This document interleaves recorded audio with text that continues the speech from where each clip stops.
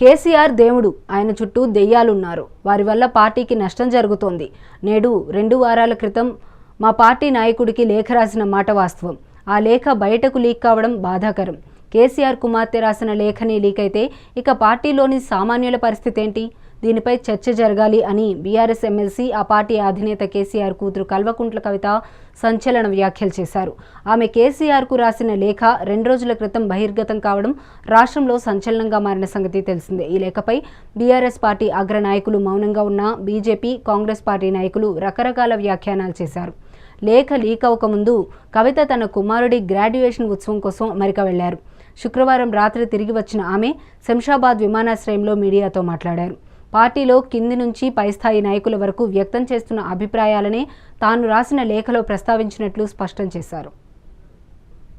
నేను రాసినటువంటి లేఖ చాలా అంతర్గతంగా పార్టీలో మా నాయకుడికి రాసినటువంటిది, అటువంటిది బహిర్గతమైందంటే ఆలోచించుకోవాల్సినటువంటి సందర్భం. కేసీఆర్ గారు దేవుడు, కానీ కేసీఆర్ గారి చుట్టూ కొన్ని దయ్యాలు ఉన్నాయి. వాళ్ళ వల్ల చాలా నష్టం జరుగుతున్నది.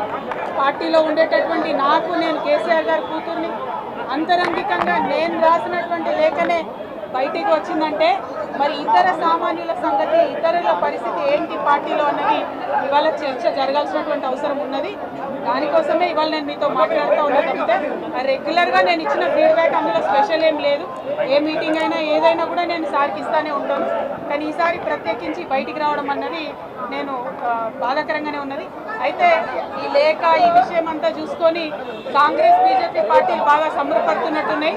కోతి కొబ్బరికాయ దొరికినట్టుగా ఏదో బీఆర్ఎస్ పార్టీ ఆగమైంది, కేసీఆర్ గారికి ఏమో అంత సీన్ లేదు, మా నాయకుడు కేసీఆర్ గారే